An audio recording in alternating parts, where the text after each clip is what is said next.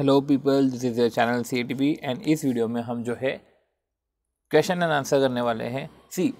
इसके पहले वाले वीडियो में हमने तो रिवीजन करा था, राइट। ये नोट्स है उसके। अब जो है हम इसके क्वेश्चन आंसर्स करेंगे, फटाफट इसे क्वेश्चन आंसर्स करेंगे।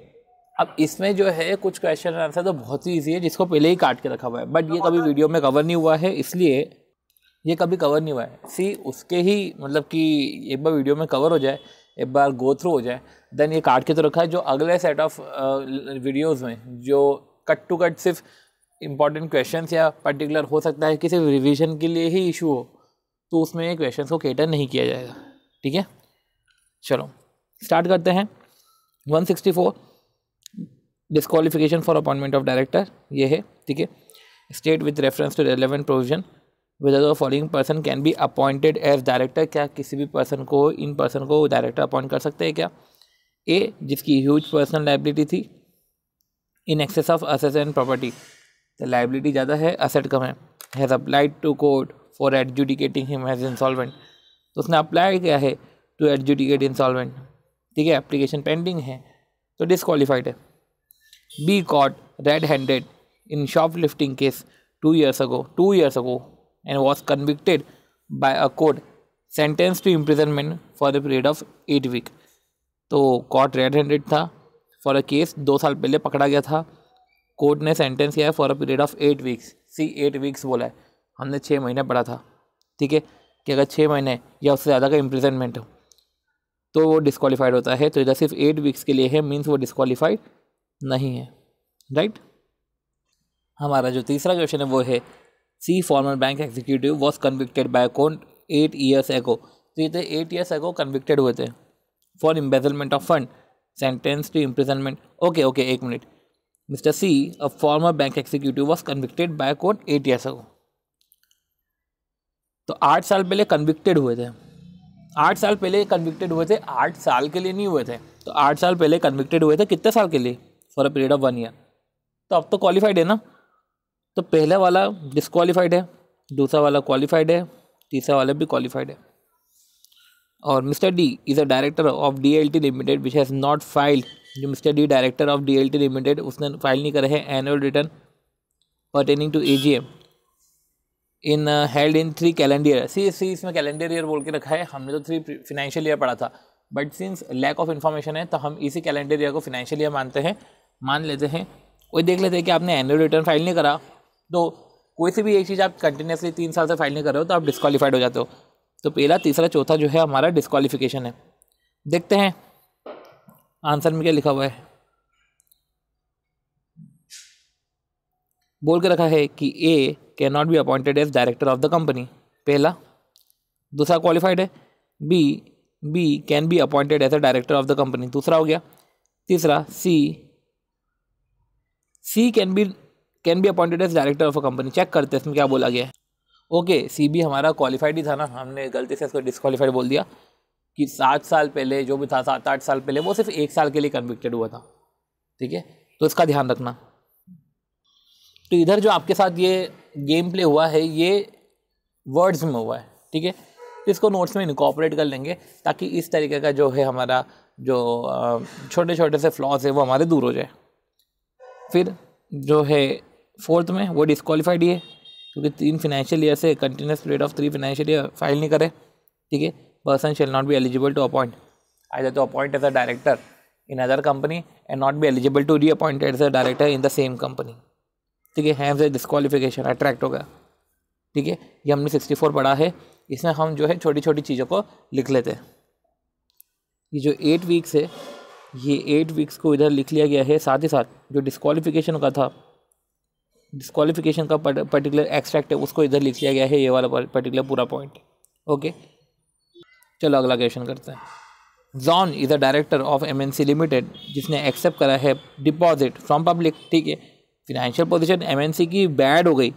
Audit fail to repay the deposit which fail due for payment. Due था 10 अप्रैल 18 को, पे नहीं कर पाया और टिल 5 मई 2019 नहीं पे करा, मतलब ये 1 साल से ऊपर हो गया है। ठीक है, जो फेलियर है, failure to repay deposit continue for more than 1 year।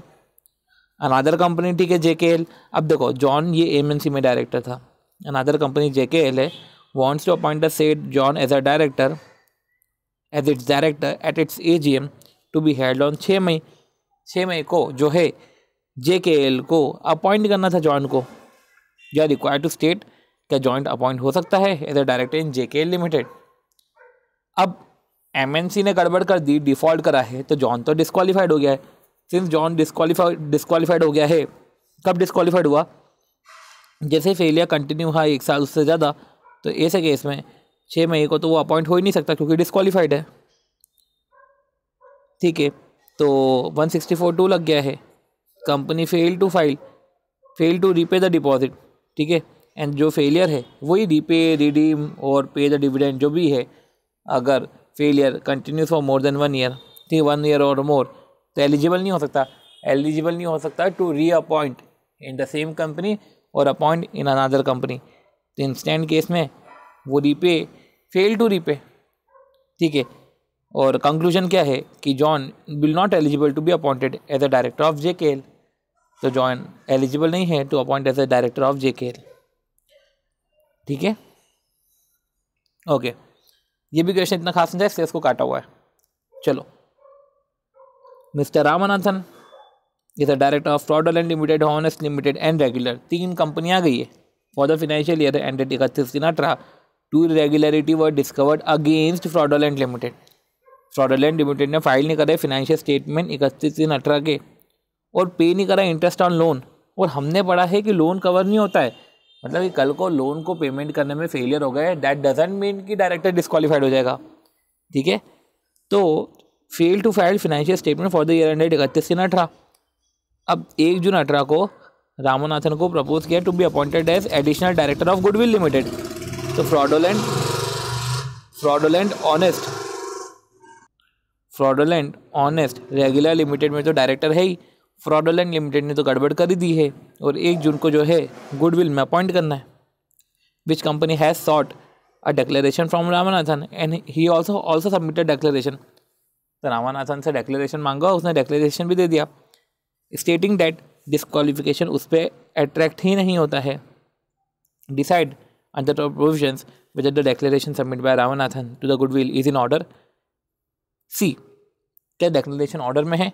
सी, इसमें ऐसा हुआ है कि फ्रॉडलेंट लिमिटेड ने फाइल नहीं करे financial statement for the year and 31/3/18, पर अपने को ये नहीं बोला कि क्या बाद में उसने सही कर दिए क्या, and such failure continues for more than 1 year. तो हम ये मान लेते हैं कि 1 जून 2019 तक उसने फाइल नहीं करा है, ठीक है, और failure continue for more than 1 year. तो ऐसे केस में वो चलो हो सकता है कि बाद में फ्रॉडलेंट लिमिटेड ने डिस्क्वालिफिकेशन को मेक गुड कर दिया हो 1 साल के बाद, पर समझो 164(2) का डिस्क्वालिफिकेशन जब अट्रैक्ट हो जाता है, भले वो मेक गुड हो जाता है after still the disqualification exist, मतलब कि ऐसे केस में डायरेक्टर नहीं अपॉइंट हो सकता। तो ऐसे केस में हमको समझना पड़ेगा कि जो रामनाथन है वो फ्रॉडलेंट लिमिटेड में not eligible to re appoint, और दूसरी कंपनीज में वो अपॉइंट नहीं हो सकता। तो ऑनेस्ट, रेगुलर और गुडविल लिमिटेड में वो अपॉइंट नहीं हो सकता। चेक कर लेते हैं कि जो डिक्लेरेशन उसका ऑर्डर में नहीं था, एक बार इसका आंसर देख लेते हैं। पर्टिकुलर सिर्फ यही प्रोविज़न हमको पूरा का पूरा लिखना था और बाद में लिखना था इन द इंस्टेंट केस, उन्होंने पूरा बता दिया।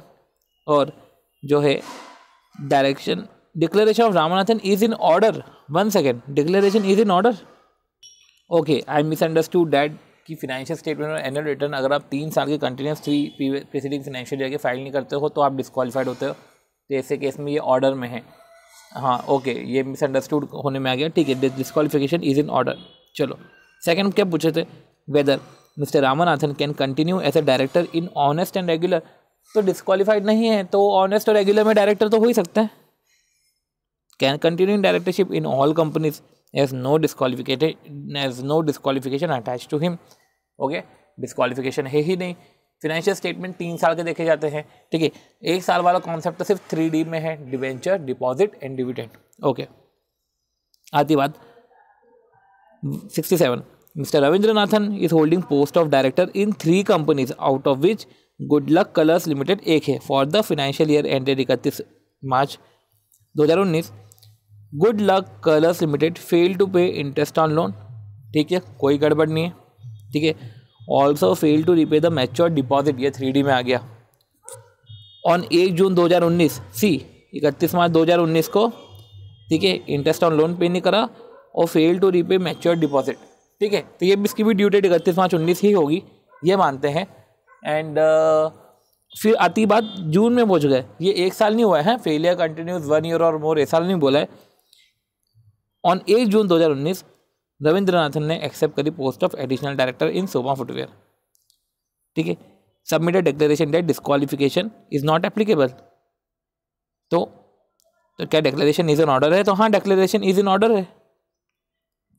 ये 164(2) का पूरा बता दिया, ए वाला 3 प्रीसीडिंग फाइनेंशियल ईयर वाला, बी में 3D का बता दिया गया, जो फेलियर 1 ईयर और मोर है, and shall not be eligible to re appoint in same company and appoint in other, ठीक है। इन द इंस्टेंट केस की बात करी, ठीक है, ये हो गया।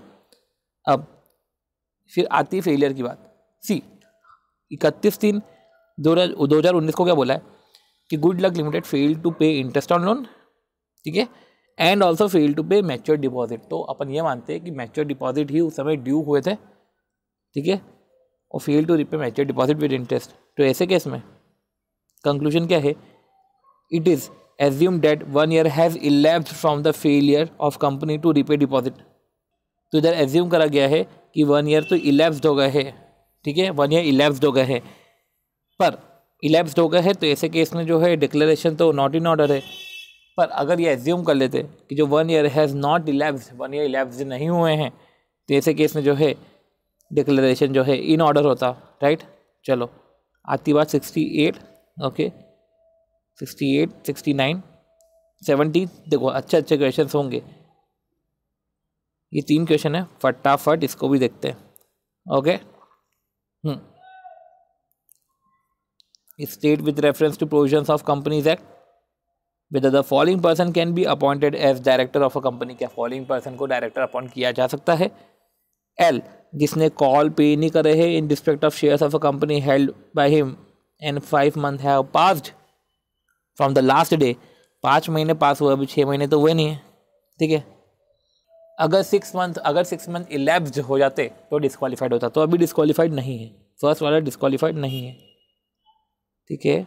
क्या लिखा हुआ है इसमें? Can be appointed as director of a company as only 5 months have pass, 6 months तो हुए नहीं है, ठीक है। और हमने तो 6 months का पढ़ा था, ठीक है, 6 months elapsed from the last day, okay. और अगला जी डायरेक्टर है LDT लिमिटेड का, उसने फाइल नहीं करे कंपनी के annual return pertaining to AGM, 3 calendar year से एनुअल रिटर्न फाइल नहीं करे, तो ऐसे केस में डिस्क्वालीफाइड है, क्योंकि फेलियर कंटिन्यूस 3 year और मोर, क्योंकि फाइल ही नहीं करे फिनेंशियल स्टेटमेंट और annual return for 3 preceding financial year. तो ऐसे केस में वो can not be appointed as director, ठीक है। उधर can be appointed as director था, इधर क्या है? Can not be appointed as director of a company. चलो ये हो गया हमारा 69। Mister Dhruv is a director. देखो अगर आपको स्पीड में लग रहा हो तो प्लीज़ वो 0.75 करके जो है वो यूट्यूब का वो आप देख लीजिएगा, या तो अगर आपको धीरे लग रहा हो तो आप फास्ट फॉरवर्ड कर लीजिएगा। पर ये क्वेश्चन आपने भी करे ही होंगे, बहुत ईजी क्वेश्चन है, राइट। इसको हम फटाफट आगे बढ़ रहे हैं, क्योंकि हमने इसके पहले प्रोविजंस का एक पर्टिकुलर वीडियो में हमने अच्छे से प्रोविजंस को डिस्कस कर लिया था। Thank you. चलो, तो mister Dhruv is a director of LT limited and XT limited. तो ध्रुव जो है वो डायरेक्टर है LT का भी XT का भी। LT लिमिटेड ने फाइल नहीं करे financial statement for the year 31/3/16/17/18। अब LT लिमिटेड ने फिनेंशियल स्टेटमेंट 16/17/18 के स्टेटमेंट को फाइल नहीं करा with the registrar of company as mandate. अब LT लिमिटेड ने तो इंटरेस्ट ऑन लोन भी पे नहीं करा, तो and also fail to repay mature deposit taken from public on due date from 1 April 2017 onwards. तो सी क्या नहीं करा? 3 गड़बड़ है, फिनेंशियल स्टेटमेंट फाइल नहीं करे 3 साल से, इधर डिस्क्वालीफाइड हो गया। चलो बाकी के देखने की जरूरत नहीं, बट फिर भी देख लेते हैं। ऑल्सो डिड नॉट पे इंटरेस्ट ऑन लोन, तो कोई डिस्क्वालीफाइड नहीं, इंटरेस्ट ऑन लोन को गलती में नहीं माना गया है। Fail to repay mature deposit taken from public on due date, ठीक है। तो fail to repay mature deposit taken from public on due date 1 April 2017 onwards जो है fail to repay mature deposit. तो ड्यू डेट 1 अप्रैल 2017 थी, public deposit को repay नहीं कर पाया, ठीक है, और आ गई ये बात 31/3/18 तक की, और 31/3/18 तक भी डिपॉजिट रीपे नहीं हुए हैं। चलो जो भी है, कोई सा एक तो कवर हो ही गया ना, ये वाला तो कवर हो गया है, ठीक है, और डिपॉजिट्स भी पे नहीं कर रहे हैं 1 ईयर और मोर, तो ऐसे केस में डिस्क्वालीफाइड तो है ही वो। तो लीगलिटी बतानी है whether Dhruv is disqualified, if so whether he can continue as a director, he can continue as a director in LT limited, तो हाँ कंटिन्यू तो रहेगा ना। डिस्क्वालीफाइड है from reappointment in that company and appointed in other company, तो continue तो रहेगा उस कंपनी में। From reappointment in that company से डिस्क्वालीफाइड है, वो कंटिन्यू तो रहेगा। Further can he also seek reappointment, further क्या बोला है, can he also seek reappointment when he retire by rotation at AGM of messrs XT limited, क्या can he also seek reappointment when he retire by rotation at the AGM, तो जो XT limited है ना, XT limited, okay, XT limited ने कोई गड़बड़ नहीं करी ना, एक्सटी लिमिटेड की तो कोई बात ही नहीं करी, हाँ, तो क्या उसको retire by rotation, further can he also seek reappointment when he retire by rotation at the AGM of messrs XT limited schedule to be held on सितंबर 19, ठीक है, तो रिटायर बाय रोटेशन वो एजीएम एक्सटी लिमिटेड में जो है, XT limited में वो रिटायर बाय रोटेशन हो गया था, ठीक है। Further can he also seek reappointment, क्या रीअपॉइंटमेंट सीक कर सकता है जब वो रिटायर बाय रोटेशन हुआ था एजीएम में, schedule to be held on सितंबर 19। अब सी डिस्क्वालिफिकेशन तो एग्जिस्ट करता है, ठीक है ना, अब डिस्क्वालिफिकेशन है तो रीअपॉइंटमेंट तो बिल्कुल नहीं हो सकता। फिर आती बात, चलो पहला वाला आंसर देख लेते हैं। पहला वाला आंसर क्या है, 164(2) का तो पुराने ने डिफाइन कर दिया ए और बी, साथ ही साथ आखिरी में कि वो रीअपॉइंटमेंट नहीं कर सकता इन दैट कंपनी और अपॉइंट नहीं हो सकता इन अदर कंपनी, ये तो हो गया। इंस्टेंट केस की बात करते हैं। इंस्टेंट केस में क्या बोला है कि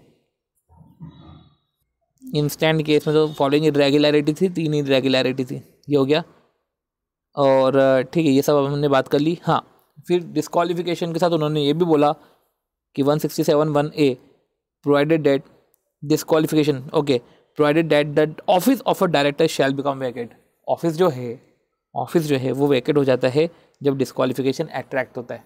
हमने पढ़ा ही था 167(1) का ए, अगर आप देखें तो पढ़ा ही था कि व्हेन अ पर्सन इनकर डिस्क्वालिफिकेशन 164(1)(2)(3) में ऑफिस जो है वैकेट हो जाएगा, ठीक है। और वैकेट होगा, वैकेट किस में होगा, वैकेट होगा इन all other company, not in defaulting company. चलो ये हो गई बात। हम तो क्वेश्चंस पे आते हैं, आंसर पे आते हैं।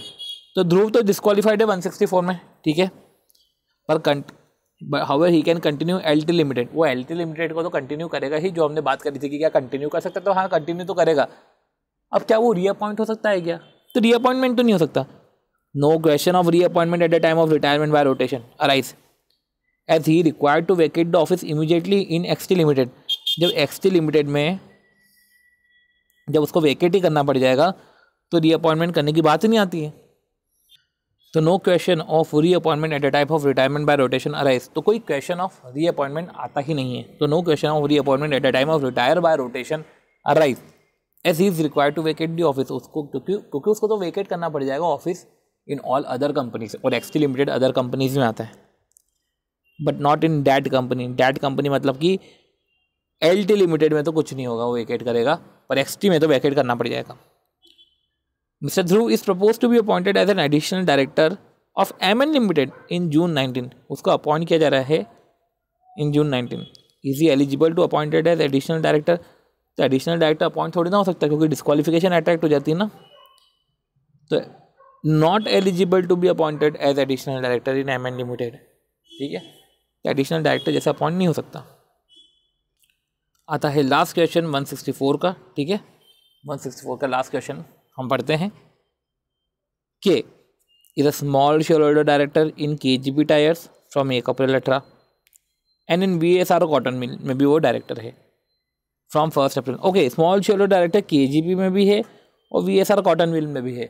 और स्मॉल शेयर होल्डर डायरेक्टर अभी हमने पढ़ा नहीं है, बट हमने जितना भी हमारा प्रायर नॉलेज है इसमें हमने ये पढ़ा था कि 2 कंपनी में हो सकता है, पर वो जो दूसरी कंपनी है वो कॉम्पिटिंग बिजनेस में नहीं होना चाहिए, कन्फ्लिक्ट ऑफ इंटरेस्ट क्रिएट नहीं होना चाहिए, ठीक है।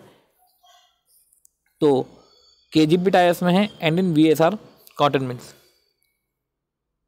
In compliance with relevant provisions of companies है। केजीपी टायर जिसने इंटरेस्ट ऑन पब्लिक डिपॉजिट 1 जुलाई 18 से पे नहीं करा है, ओके 1 जुलाई 18 से पे नहीं करा है, और ठीक है वो अपॉइंट हुआ था 1 अप्रैल 18 में और 1 जुलाई 18 से पे नहीं करा है, ठीक है। In the light of the information given above examine the following, ठीक है समझते हैं। Not paid interest on public deposit, देखते हैं फेलियर 1 साल या उससे ज़्यादा का हो रहा है कि नहीं हो रहा है।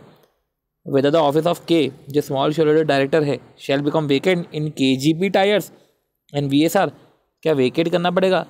सिर्फ वेकेट करने की बात तो नहीं समझ में आ रही है, क्योंकि 31/3/19 को भी 1 साल तो नहीं होगा। अगर इंटरेस्ट ऑन पब्लिक डिपॉजिट पे नहीं करा फ्रॉम 1 जुलाई 2018 तो हम समझते हैं कि 31/3/19 की बात कर रहे हैं। तो 31/3/19 को भी 1 साल तो पूरा हो नहीं रहा है, तो वेकेट करने की जरूरत तो नहीं है। देखते हैं क्या बोला है। क्या पहले तो उन्होंने बात कर ली, वो 164 की बात कर ली होगी, जो भी है ये 164 की बात कर ली होगी, समझते चलो आओ। दूसरा, if yes state the period from which the office of the directorship shell become vacate. अगर वेकेट करना पड़ेगा, state the period from which the office of the directorship shell become vacate, तो कब से वेकेट करना पड़ेगा ये बताओ। तो सी, अगर इंटरेस्ट पे नहीं करा है 1 जुलाई 2018 से, तो कायदे से ओके 1 जुलाई 19 को अट्रैक्ट होता है डिस्क्वालिफिकेशन। जब 1 जुलाई 2019 को डिस्क्वालिफिकेशन अट्रैक्ट होता है तो वो जो है गड़बड़ किसने करी? केजीपी में।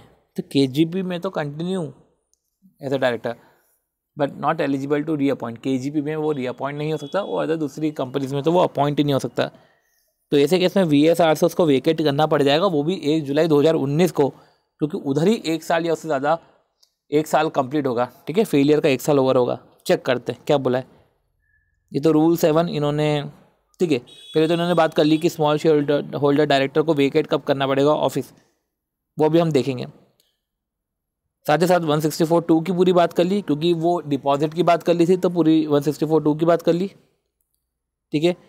और जो है फिर 164(2) की बात करें तो 167 की भी बात कर ली, क्योंकि 164 अट्रैक्ट हो गया तो आपको वैकेंसी भी करनी पड़ जाएगी। अब क्या बोल के रखा है इसमें कि office need to be vacated. अच्छा, office to be vacated from 1 July 2019, जब हमने बात करी थी कि ऑफिस वेकेट करना पड़ेगा, किसमें? वीएसआर में वेकेट होगा। केजीपी में तो बिल्कुल भी वेकेट नहीं होगा, क्योंकि वेकेट इन ऑल अदर कंपनी, पर वो जो डिस्क्वालीफाइड या डिफ़ॉल्टिंग कंपनी है, तो डिफ़ॉल्टिंग कंपनी में वो वेकेट नहीं होगा। यही हमने पढ़ा था, वो डिफ़ॉल्टिंग कंपनी में वेकेट नहीं होगा, ठीक है। ये करते हुए जो है हमने समझा। पर हाँ, स्मॉल शेयर होल्डर की बात आ रही है तो हम पढ़ लेते हैं। A person appointed as small share holder director, उसको वेकेट करना पड़ेगा अपना ऑफिस इफ़ ही इंकर एनी डिस्क्वालिफिकेशन 164 की, ठीक है।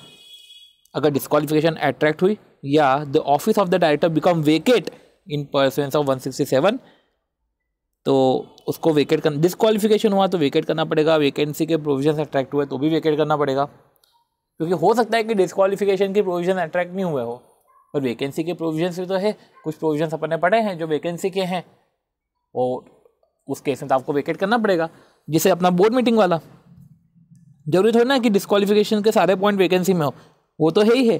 साथ में एडिशनल पॉइंट भी तो हमने देखे थे, जो हमने बात करी थी कि कॉन्ट्रावेंशन क्या है 184 का, डिस्क्लोज नहीं करा है इंटरेस्ट, ठीक है, डायरेक्टर को रिमूव करा है 169 के तहत, तो ये सब चीज़ें। तो अगर वैकेंसी के प्रोविजंस लग रहे हैं तो वेकेट करना पड़ेगा। डिस्क्वालिफिकेशन अट्रैक्ट हो रहा है तो लगेगा ही लगेगा। He cease to meet the criteria of independence as provided in 149(6), और अगर उसने इंडिपेंडेंस के क्राइटेरिया को सीज कर लिया है, ठीक है, तो ठीक है, इधर इंडिपेंडेंसी वाली तो कोई बात ही नहीं आती है, तो ये तो क्राइटेरिया लगने से रहा। 164 और 167 लग जाएगा, 164(2) भी तभी लगेगा 1 जुलाई 2019 से लगेगा। तो इस तरीके से हमने जो है ये वाला क्वेश्चन भी ओवर किया है, और आई होप सो 164 के सारे क्वेश्चन अब आपको टिप्स पे होंगे। कुछ भी ऐसा क्वेश्चन नहीं था जिसकी नोटिंग करनी थी, हमने कुछ जो इंपॉर्टेंट चीज़ थी उसकी नोटिंग कर ली है। हम ये जो स्मॉल शेयर होल्डर डायरेक्टर है इसकी भी नोटिंग कर लेते हैं। बाकी कोई से क्वेश्चंस देखने लायक नहीं है, सारे क्वेश्चंस को हम काट सकते हैं। ओके, सो अब हम जो है 167 के क्वेश्चंस करने वाले हैं। सी 167 में कितने क्वेश्चंस हैं? सिर्फ 3-4 क्वेश्चंस हैं। फटाफट से इसको भी देख लेते हैं, तो ऐसे हमारे 164 और 167 के क्वेश्चंस हो जाएंगे, राइट। चलो, अब मैसेज इकबाल एंड सन्स ने इशू करे शेयर नॉमिनल वैल्यू के 5-10 रुपये के, ठीक है। तो इशू करे share of a nominal value 10 rupees, out of which 5 was payable on application and 5 payable होंगे कॉल पे। कॉल मनी इन्वाइट करा था by the board of director. तो वही बात थी कि इकबाल सर ने शेयर इशू करे, नॉमिनल वैल्यू 10 के थे, 5 पेबल था, बैलेंस 5 पेबल है कॉल पे, कॉल मनी इन्वाइट करा, पर शेयर होल्डर जो है उन्होंने पे नहीं करा, ठीक है। तो explain the status of director, जब शेयर होल्डर ने पे नहीं करा, ठीक है, तो explain the status of director who defaulted in paying the call money. तो ठीक है, उन्होंने डिफॉल्ट कर दिया। अगर जो है कॉल मनी अगर उन्होंने पे नहीं करा, ठीक है, and 6 months have been elapsed from the last date, ठीक है, तो ऐसे केस में वैकेंसी अट्रैक्ट हो जाएगा। तो लास्ट डे से 6 महीने इलेप्स हो गए हैं, कॉल मनी पे नहीं किया है, तो वैकेंसी अट्रैक्ट हो जाएगी। 167(1)(a) में ही वैकेंसी अट्रैक्ट हो जाएगी। तो ऐसे करेंगे कि ठीक है, director need to vacate the office, ऐसे केस में director need to vacate the office, ठीक है। ऐसा कुछ खास नहीं था, क्योंकि ले दे के आपको क्या करना है, 164(1) बताना है और 167(1)(a) बताना है। तो ठीक है, हम लिख लेते हैं कि आंसर्स में जब आप 164 बताओ तो आप 167(1)(a) भी बता दो। तो ठीक है, हमने नोट्स में भी अमेंड कर दिया है कि इन आंसर्स 164, 1, 2, 3 को जो है 167(1)(a) के साथ रीड करने का है, ठीक है। हमने क्वेश्चन करा, अब हम अगले क्वेश्चन की तरफ बढ़ते हैं। मिस्टर ए जो डायरेक्टर है in ABC limited fail to repay mature deposit from 1 October 2018 onwards. तो रीपे करने में फेल हो गया, ठीक है, mature deposit from 1 October 2018 onwards and default continues, but ABC is regular in filing annual account and annual return. तो annual account and annual return में को फाइल करने में तो रेगुलर थे, बट वो डिपॉजिट्स को रिपे करने में फेल हो गए। तो 1 अक्टूबर 2018 ऑनवर्ड्स, अब 1 साल से ज़्यादा रहेगा तो यार डिस्क्वालिफिकेशन अट्रैक्ट हो जाएगा। डिस्क्वालिफिकेशन अट्रैक्ट हुआ तो 167(1)(a) लग जाएगा। Answer the following question with reference to relevant provision. अब जो ए है वो PQR और XYZ में भी डायरेक्टर है, ठीक है। हम देखते हैं क्या ये डिस्क्वालिफाइड है, and if so whether he is required to vacate his office of director in PQR and XYZ। तो डिस्क्वालिफाइड है तो वेकेशन तो अट्रैक्ट हो जाएगा 167(1)(a) और साथ ही साथ वैकेंसी इन ऑल अदर कंपनीज या अदर कंपनीज है वैकेंसी रहेगी, ठीक है। चेक कर लेते, 164(2) बोल दिया, 167(1)(a) भी बोल दिया, साथ ही साथ डिस्क्वालिफाइड है from with effect from 1 October 2019 vacancy, ठीक है। दो ही vacancy in office of PQR and XYZ, दो ही में continue in ABC limited, ABC limited में तो कंटिन्यू रहेगा। Is it possible for the board of director of DEF limited, board of director of DEF limited, ये तो ABC PQR और XYZ की बात हो रही थी, नई कंपनी आ गई। Is it possible for board of director of DEF limited to appoint mister A as an additional director, किसको A को एडिशनल डायरेक्टर अपॉइंट करना है एट द बोर्ड मीटिंग जो हेल्ड होगी 15 नवंबर 2019 को। ओके, तो 15 नवंबर 2019 को अगर एडिशनल डायरेक्टर जैसे अपॉइंट कर रहे हैं तो हम समझो जब जो है वो डिस्क्वालिफिकेशन 1 अक्टूबर 2019 से ही अट्रैक्ट हो गई और वैकेंसी जब क्रिएट हो रही है इन ऑल अदर कंपनीज और डिस्क्वालिफाइड है to be appoint in any other company, तो डिस्क्वालिफाइड तो अपॉइंट तो हो ही नहीं सकता ना, ठीक है। तो ठीक है, वो अपॉइंट नहीं हो सकता। तो board of director of DEF limited can not appoint mister A as additional director, क्योंकि डिस्क्वालिफिकेशन अट्रैक्ट हो गया है 164(2) का for 5 year, disqualification for 5 years है with effect from 1/10/2019। Would your answer be different अगर mister A cease to be director of ABC, अगर A cease to be director of ABC, अगर वो ABC का डायरेक्टर ही नहीं है, cease to be director of ABC, तो ऐसे केस में क्या करेंगे, cease to be director of ABC by resignation on 1 सितंबर 2019। 1 सितंबर 2019 को जो है mister A cease to be director, वो डायरेक्टर ही नहीं रहा। डिस्क्वालिफिकेशन तो अक्टूबर 19 से लग रही है, डिस्क्वालिफिकेशन पे अक्टूबर 19 से लग रही है, और हमको याद रखना पड़ेगा कि पर्सन हु इज या has been director of company disqualified होगा। तो पर्सन जो डायरेक्टर है, सच डायरेक्टरशिप एग्जिस्ट, वो डायरेक्टर है। Person should be director at disqualification time, जिस टाइम 1 अक्टूबर 2019 को डिस्क्वालिफिकेशन लग रही है उस टाइम पे उसको डायरेक्टर होना, तब जाके वो डिस्क्वालीफाइड होता है, ठीक है। तो person should be director at disqualification time, तब जाके वो डिस्क्वालीफाइड होगा। इधर वो क्या था, डिस्क्वालीफाइड था क्या वो, इधर वो डायरेक्टर था क्या 1 अक्टूबर 2019 को, वो नहीं था, 1 सितंबर को ही वो हट गया है, तो ऐसे केस में वो डिस्क्वालीफाइड नहीं है। चेक कर लेते हैं, देख लेते हैं। If person cease to be director on ABC by resignation, he may be appointed as additional director of DEF limited. तो उसको फिर अपॉइंट कर सकते हैं क्योंकि उस पर डिस्क्वालिफिकेशन अट्रैक्ट ही नहीं हुआ है, ठीक है। तो इस पर हमारे पास क्वेश्चन था और हमको क्वेश्चन मिल गया है। सी, ये क्वेश्चन को फिर भी काटना पड़ेगा इसलिए क्योंकि ये क्वेश्चन ऐसा भी कोई टफ नहीं था। अगर हम नोट्स को अवेयर होके, अगर नोट्स को हमने तरीके से पढ़ा हो तो हम जो है ये क्वेश्चन को कर सकते हैं, ठीक है। क्योंकि एंड टाइम पे वैसे भी नोट्स पढ़ने में आते हैं और वो नोट्स भी तभी पढ़ने में आएंगे जब हमने उसको 2-3 बार पढ़ के रखा हो, ठीक है, राइट। तो हमको नोट्स को ही रेफर करना है। चलो, question 80, Vikram a director of messrs tubelight limited, उसने डिफॉल्ट करा है in filing annual account, annual return with registrar for continuous period of 3 years, ending on 31/3/19। Validity बतानी है। Whether Vikram can continue as a director in messrs tubelight, तो defaulting company में तो वो director रहेगा, and also messrs green light limited where he is also director, तो green light में वो डायरेक्टर नहीं कंटिन्यू रहेगा क्योंकि वो तो वैकेंसी क्रिएट हो रही है ना इन ऑल अदर कंपनीज, तो डायरेक्टर जैसा कंटिन्यू नहीं रहेगा। देख लेते हैं आंसर में। Mister Vikram can not be continue as a director of green light limited, दो ही में कंटिन्यू, वो ट्यूबलाइट लिमिटेड में तो कंटिन्यू रहेगा, ठीक है। और disqualified in all companies for appointment and reappointment for 5 year, disqualification तो 5 साल का है ही, ठीक है। अब देखो, ट्यूबलाइट लिमिटेड में डायरेक्टर था और ट्यूबलाइट लिमिटेड ने डिफॉल्ट करा है, ठीक है। तो दूसरी कंपनी में वो तो दूसरे कंपनी में वो तो अपॉइंट होने से ही डिस्क्वालीफाइड है, और जो डिफॉल्टिंग कंपनी है उसमें वो रीअपॉइंट नहीं हो सकता, ठीक है। अगला question, what would be your answer in case mister Vikram is a nominee director of a PFI, तो अगर वो नॉमिनी डायरेक्टर है ऑफ पब्लिक फाइनेंशियल इंस्टीट्यूशन, तो ऐसे केस में वो नॉमिनी डायरेक्टर है ना, तो डिस्क्वालिफिकेशन तो सब पे ही एप्लीकेबल होता है। अब वो नॉमिनी डायरेक्टर है PFI का, तो वो भी डिस्क्वालीफाइड तो हो ही जाएगा, कायदे से तो डिस्क्वालीफाइड हो जाना चाहिए। अब देख लेते हैं। No exemption has been provided to the nominee director, okay.